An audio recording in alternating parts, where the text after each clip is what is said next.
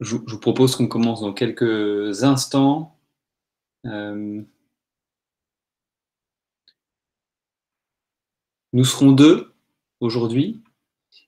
Saïda Laurore, qui travaille à la RIVP, qui est responsable d'agence, animera avec moi ce webinar. Saïda, es-tu arrivée parmi nous?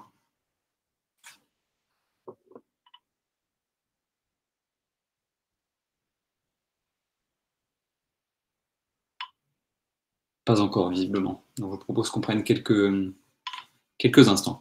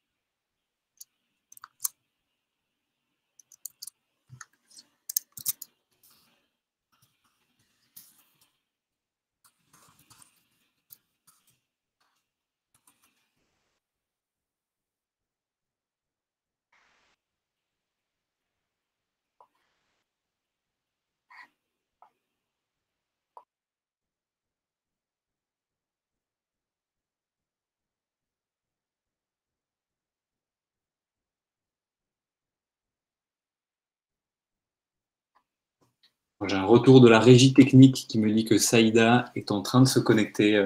Quelques difficultés avec ce logiciel dont on est un petit peu moins habitué que Zoom, Meet ou autre. Mais elle ne saurait tarder. Donc je vous demande encore quelques tout petits instants de patience.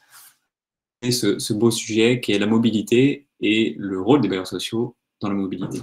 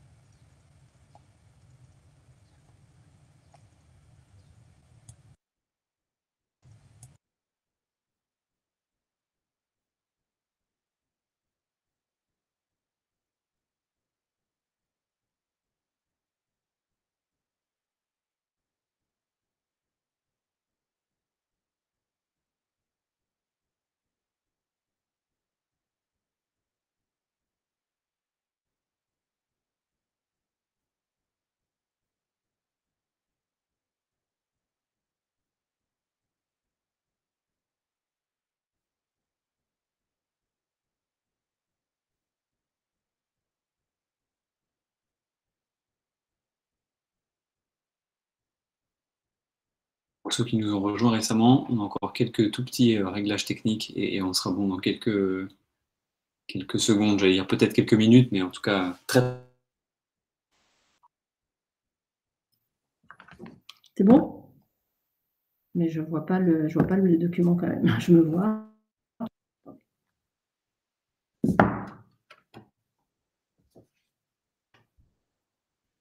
Si, c'est bon. Mais j'ai pas le son. Alors pourquoi j'ai pas le son? On vous entend, madame. On vous entend, nous. On Pardon. vous entend, en tout cas. Quand vous dites que vous n'avez pas le son, vous l'aviez.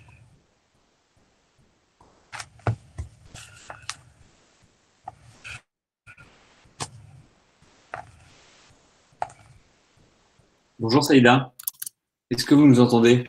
Oui, on vous entend. Désolée pour ce petit problème technique. Hein. Aucun souci, ne vous en faites pas. On sait que c'est jamais toujours évident avec ces choses-là et on sait aussi que c'est capricieux quand on en a besoin. Donc, il n'y a absolument aucun problème. Bon. Bien écoutez, commençons. On se donne une petite pour vous parler de mobilité et tenter de répondre à la question, déjà, quelle sera la mobilité de changement à l'œuvre? Et puis, quel rôle vous jouez dans ces changements? Quel rôle les bailleurs sociaux jouent dans ce changement? Et nous sommes deux pour tenter de répondre à cette question aujourd'hui. Donc, Saïda Laurore, responsable d'agence à la NIVP, agence Nord, si je ne dis pas de bêtises, Saïda. Et agence But-Chaumont. Agence But-Chaumont, voilà. Donc, je suis très, très heureux de pouvoir animer ce webinaire avec vous, d'autant qu'on travaille depuis belle lurette avec la NIVP sur des questions de mobilité et plus précisément des questions de parking, de stationnement, on va y revenir. Et quand je dis nous c'est YesPark, donc je suis un des deux cofondateurs de la société. Je m'appelle Thibaut Chary. Et notre métier à nous, c'est de louer les places de parking des bailleurs sociaux pour générer des revenus complémentaires et puis contribuer à la réalisation et à la bonne vie des sites. Mais YesPark n'est pas le sujet du jour. Le sujet du jour, c'est la mobilité. Donc, je propose qu'on rentre dans le vif du sujet et qu'on adresse cette problématique. Quelle mobilité demain? Quel rôle des bailleurs sociaux? Petit cadrage. Quand on pense bailleurs sociaux, mobilité, on voit tout de suite un moyen d'action qu'ont les bailleurs sociaux, c'est pour influer sur la mobilité, c'est le parking, parce que quand on dit immobilité, il y a aussi immobilité, et qui dit immobilité dit en fait parking. On a pris le parti de ne traiter que ce sujet aujourd'hui, qui est déjà un sujet très vaste. On n'avait que 30 minutes, il y aurait potentiellement d'autres façons pour les bailleurs de contribuer à modeler la mobilité, mais on a pris le parti de ne traiter que celui-là, qui est déjà... Et l'enjeu pour nous, aujourd'hui, c'est de vous présenter nos convictions sur ce que sera la mobilité de demain et vous montrer un exemple très concret sur, dès aujourd'hui, ce que peut devenir un parking et comment il contribuer à modifier... comment il peut contribuer à modifier la ville et la mobilité. Je vous propose que l'on débute. Quelle mobilité pour demain? Quel rôle des bailleurs sociaux? Commençons par la mobilité de demain. Comment ça va se passer? Quand on pense mobilité, on pense déjà voiture, très clairement. Aujourd'hui, c'est quand même prépondérant. Et honnêtement, c'est pas très rose, ça sent pas très bon pour la voiture aujourd'hui. Les ménages, les gens possèdent de moins en moins de véhicules. Quand on pense véhicule, on pense tout de suite pollution, très clairement, avec un changement très grave qui est à l'œuvre. Les villes, les collectivités l'ont bien compris, repoussent, mettent vraiment au banc les véhicules. Clairement, ça ne fait plus partie des plans de développement des villes. Ceux qui ont suivi les états généraux du stationnement à Paris au cours des mois passés l'ont très bien saisi. La ville, demain, ce n'est pas la voiture.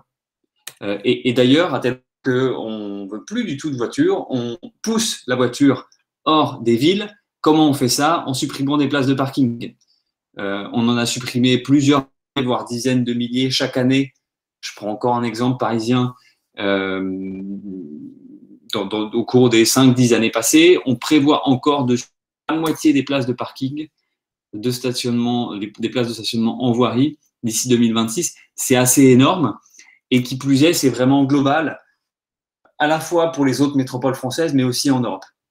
Donc il y a vraiment une tendance de fond où, comme je le disais, ça sent pas bon et peut-être que demain, bah, tiens, il n'y aura plus de voitures.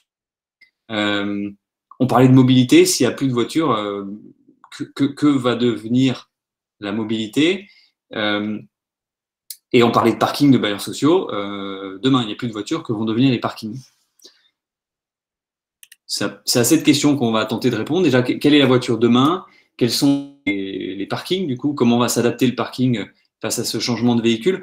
Je vous rassure tout de suite, quand on disait OK, il n'y a plus de voitures demain, donc plus de parking, qu'est-ce qu'on va devenir? C'est un petit peu vrai, c'est un petit peu faux, pardon. Les constats, le contexte, lui est. On parle de la voiture d'hier, hein, quand on parle de pollution, quand on parle de diminution de l'usage, par exemple, des questions d'autopartage. La voiture d'hier, pensons plutôt à la voiture de demain, et vous allez voir que l'avenir n'est pas si noir que ce que j'ai dépeint il y a quelques minutes. Sans rentrer trop dans les détails, parce qu'on pourrait passer beaucoup de temps, on se dit que deux gros changements sont à l'œuvre en matière de stationnement, de parking en général, et plus spécifiquement parking de bailleurs sociaux. Le premier changement, on l'a vu, vous en entendez, je pense, j'allais dire tous les jours, au moins une fois par semaine dans les médias, le véhicule est en train de s'électrifier. Il y a des objectifs qui sont très ambitieux. Encore une fois, il y a les Jeux Olympiques, la sortie du diesel. 2030, on est censé ne plus avoir aucun véhicule thermique en circulation dans Paris. 2030, ça peut paraître loin, mais quand on voit l'ampleur du changement effectué, c'est en fait très proche. Clairement, le changement est à l'œuvre. Les véhicules on est en train d'évoluer d'une flotte thermique à électrique. Il faudra que les parkings s'adaptent, évidemment, pour pouvoir recharger ces véhicules. C'est un changement qu'on anticipe et dont on est absolument convaincu et qu'on voit déjà en fait en matière de mobilité. Pour vous donner deux exemples. En décembre 2020, pour la première fois, on a eu plus d'immatriculation de véhicules neufs électriques que diesel, essence, mais électrique que diesel, donc c'est la preuve d'un changement qui est à l'œuvre. Et puis, on constate, nous, quand des prospects nous interrogent et nous sollicitent pour louer des places de parking, il y a 2 ans, on n'avait aucune sollicitation pour des places électriques.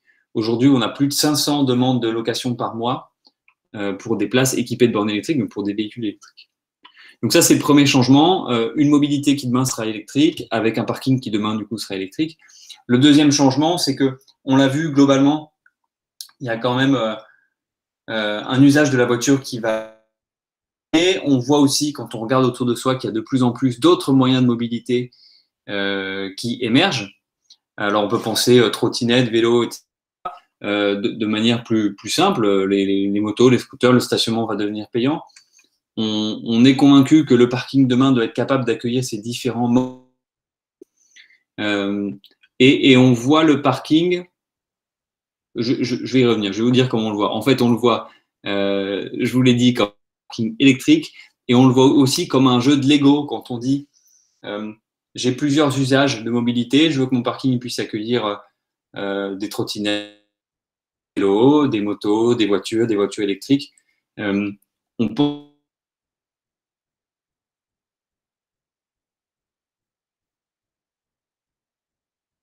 de différentes solutions de mobilité, donc de différents types de stationnement associés, va évoluer. Et on voit vraiment le parking comme un Lego modulaire qu'on va pouvoir adapter. Si je continue la métaphore, c'est pas un Playmobil moulé d'un bloc. Il va falloir être capable d'adapter la configuration du parking à ça. Voilà. Ça, c'est 2 changements qui nous paraissent, nous, importants en termes de mobilité, qui impactent fortement les. Voilà. Bon. Ceci étant dit, on peut se poser la question de qu'est-ce que ça change pour les pour les bailleurs sociaux et même quel lien avec le logement social. Vous le savez peut-être, probablement, sous les immeubles sociaux se trouvent des parkings et dans ces parkings se trouvent des places qui parfois ne sont pas louées. Évidemment, ça c'est une arme forte qu'ont les bailleurs sociaux pour influer sur la mobilité. Donc ça c'est vraiment une ressource que vous avez, vous, à votre disposition. Et cette ressource, elle a un impact en matière de mobilité, mais clairement, elle va au-delà. La mobilité, c'est la pollution. L'usage de l'espace souterrain qui est sous l'immeuble, bah, c'est une question de cadre de vie aussi, c'est une question de sécurité. Donc, c'est vraiment des ressources, à notre avis, hein, qui sont à votre disposition pour agir sur ces différents leviers. Très concrètement, on a dit qu'on essayait de vous donner un petit peu une vision globale, théorique, un peu de contexte et aussi des exemples concrets. Et je vais très vite laisser la parole à Saïda. 2 mots sur ce que nous, YesPark, proposons. Quand on, si je reprends mon camembert de tout à l'heure, parking électrique et puis parking modulaire. Ce qu'on propose pour le parking électrique, c'est une qui s'appelle YesPark Recharge. On installe des bornes de recharge dans les parkings de nos bailleurs partenaires. On le fait avec une vingtaine de partenaires franciliens. On a à peu près 200 bornes de recharge en cours d'installation, ou bien pour nos abonnés extérieurs, ou bien pour les locataires, donc les locataires du bailleur. Donc on installe, c'est YesPark Recharge. Et YesPark 360, ce qu'on fait, c'est qu'on offre un service de gestion complète où vraiment on va être capable, comme je disais, d'adapter le parking en fonction des demandes. Donc très concrètement, on transforme des places voitures en box, on transforme des box en vélo sécurisé, on installe des stop parks, on tire parti de recoins de parking qui sont sous-utilisés pour garer des vélos ou des motos. Voilà, on a vraiment cette vision globale d'aménageur de parking. Mais bon, assez parlé de YesPark. Ce qui nous intéresse, c'est de savoir très concrètement ce que ça peut donner. Et donc, Saïda, je te laisse la parole pour nous présenter ce que vous faites à la RIVP.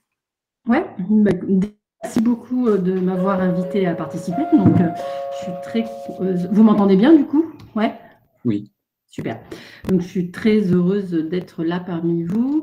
Donc, effectivement, parler de la mobilité douce, c'est aussi dire que les bailleurs sociaux ont depuis quelques années intégré l'innovation comme axe majeur de leur stratégie.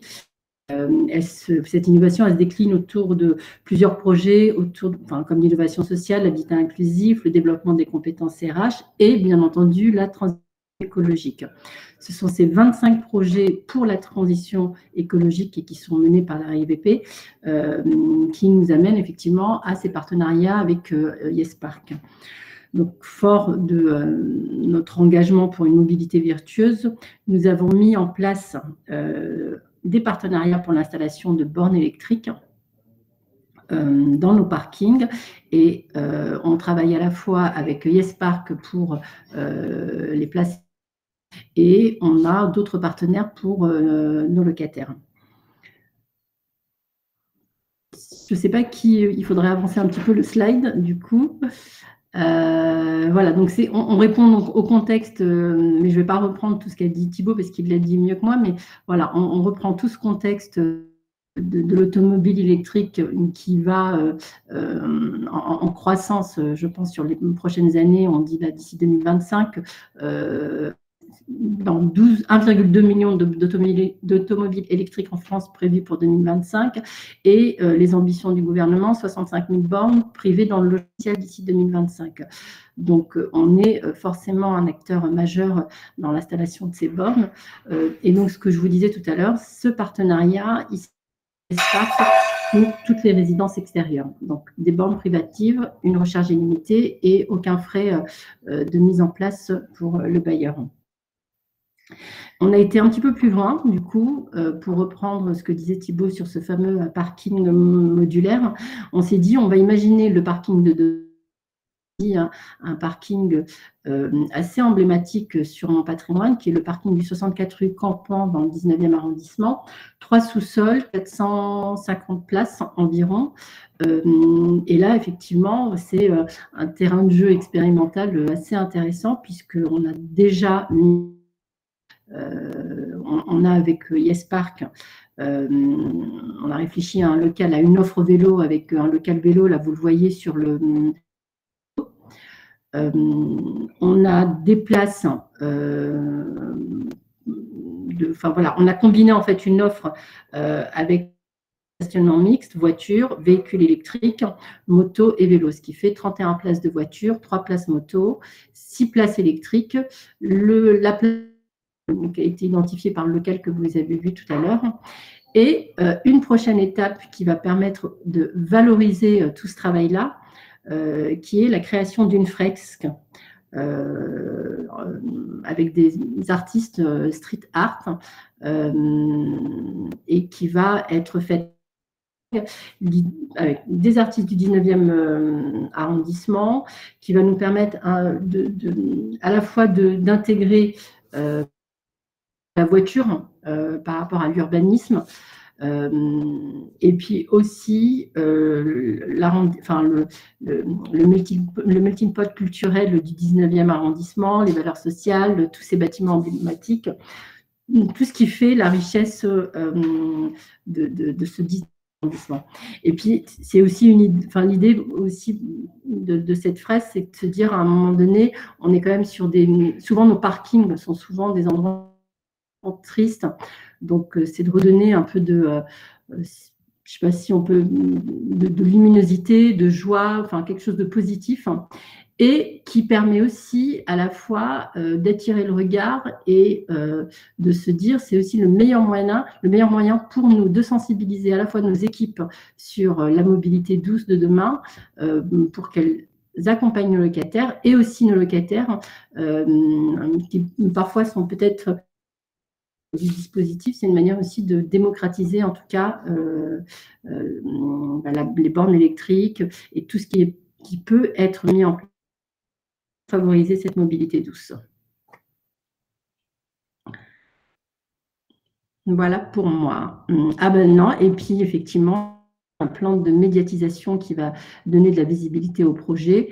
Et ça va être travaillé effectivement avec notre service communication et YesPark, avec effectivement des reportages, des vidéos qui seront diffusées dans les médias locaux, dans les médias urbains et créatifs et sur les réseaux sociaux. Voilà. Thibaut, d'autres choses? Non, pas de mon côté. J'allais dire, je trouve. J'espère que nous avons répondu à cette question. Et je suis curieux de savoir, là, je une vingtaine de petits carrés à la droite de mon écran, donc une vingtaine de personnes qui ont assisté à ce webinaire. Curieux de savoir ce que vous pensez de ces réflexions. D'autre part, d'entendre peut-être vous vos retours d'expérience en matière de parking dans le logement social, d'un point de vue plus général. Vous pouvez prendre la parole directement, je pense, en démutant votre micro, hein, n'hésitez pas.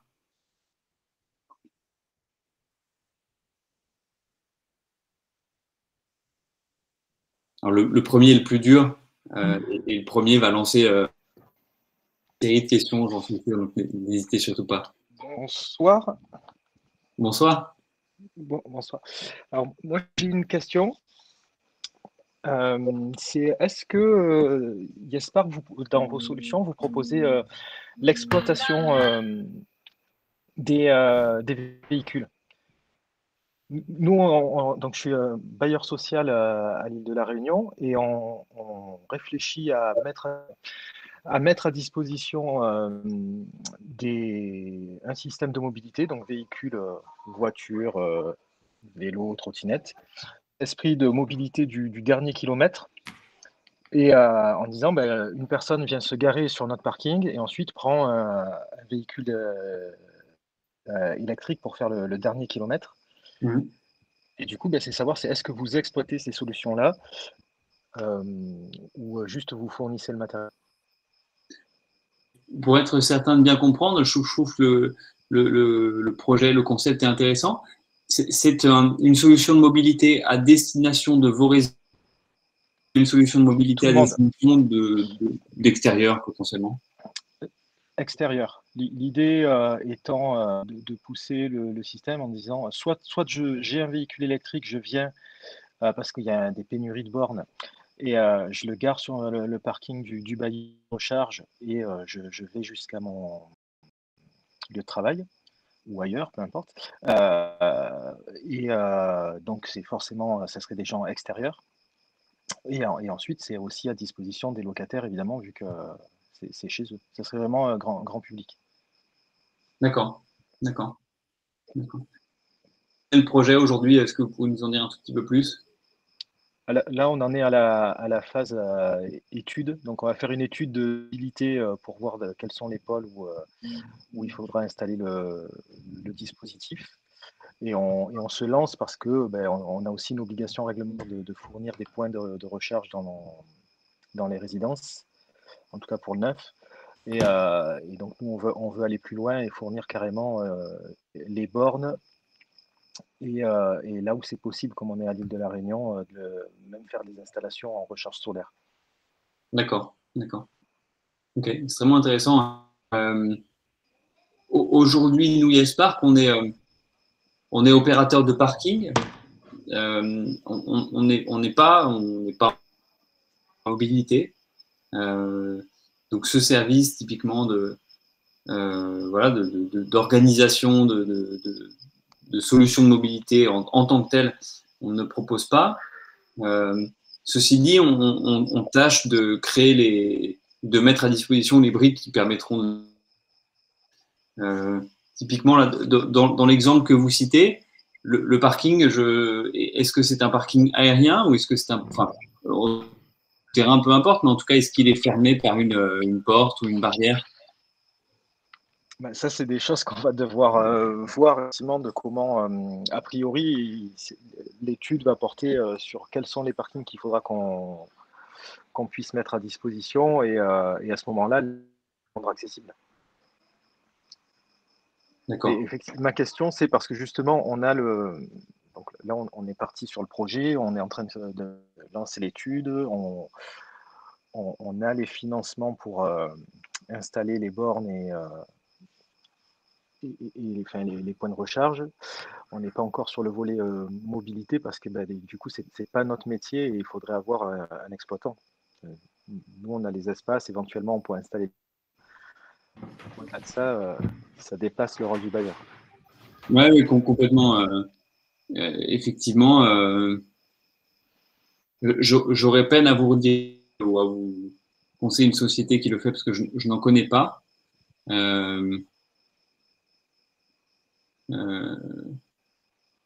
Et ce que je me dis, c'est peut-être que pour le coup, vous avez probablement besoin d'une autre société. Oui, ce serait pour gérer les flottes de véhicules, les maintenir.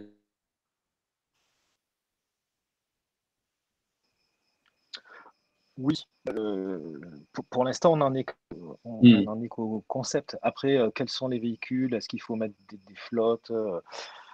Voilà, on a l'idée, on a le financement et on cherche à déployer. On va tester une partie déjà avec la flotte de véhicules du bailleur qu'on va mettre en partage et on va peut-être pousser l'autopartage du coup le soir et le week-end ouvert au grand public. Mais voilà, ma question, de savoir si vous proposiez ça, parce qu'effectivement, on a du mal avec l'opérateur. Ouais. Écoutez, non, malheureusement pas aujourd'hui. Demain. Merci pour votre contribution parce que je trouve que c'est un bon exemple ou peut-être même l'exemple le plus poussé quand on parlait comment les bailleurs peuvent influer sur la mobilité. Là, on voit que vous allez très loin dans la réflexion. Donc, je trouve que c'est un excellent exemple. Et je me retourne vers l'assistance et vous invite chacun à peut-être partager des initiatives que vous avez mises en place ou auxquelles vous réfléchissez ou des réactions face à ce que présente Saïda, ce que présentait monsieur à l'instant.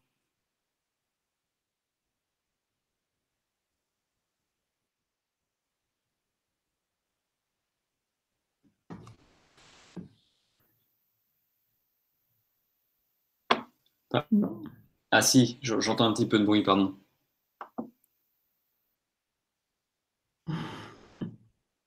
Non, j'ai cru que l'un d'entre vous souhaitait prendre la parole. Écoutez, moi je disais monsieur à l'instant, on voit que l'exemple le plus poussé, c'est lier stationnement et mobilité au parking des bailleurs. Ça, c'est l'exemple le plus poussé. Vous soulevez aussi, monsieur, une question qui est est-ce que les bornes de stationnement, vaut-il mieux les proposer uniquement à des résidents ou bien aussi, enfin, en tout cas, une borne égale une personne ou une borne peut servir à plusieurs personnes?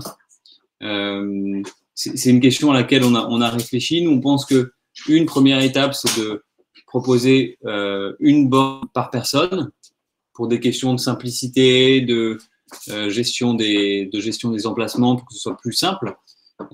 À long terme, on peut imaginer qu'effectivement, une borne serve à plusieurs personnes. Première étape, plusieurs résidents. Deuxième étape, plusieurs résidents et ou d'ailleurs. Nous, je trouve que c'est une belle ouverture pour les étapes, pour des étapes à franchir demain. Il y a encore un petit peu de travail, évidemment, mais en tout cas, voilà, c'est un bel exemple de ce qu'on peut faire demain. Et s'il n'y a pas d'autres réactions ou d'autres questions, je vous propose de mettre fin au webinaire. Je vous remercie beaucoup pour votre attention. Je remercie sincèrement et chaleureusement Saïda. Merci beaucoup pour votre Merci à toi. Et n'hésitez surtout pas à nous contacter par la suite si vous voulez plus de précisions, bien Saïda ou bien moi, sur ce dont nous avons discuté. Bon, merci tout le monde. Merci à tous. Merci beaucoup. Au revoir. À bientôt.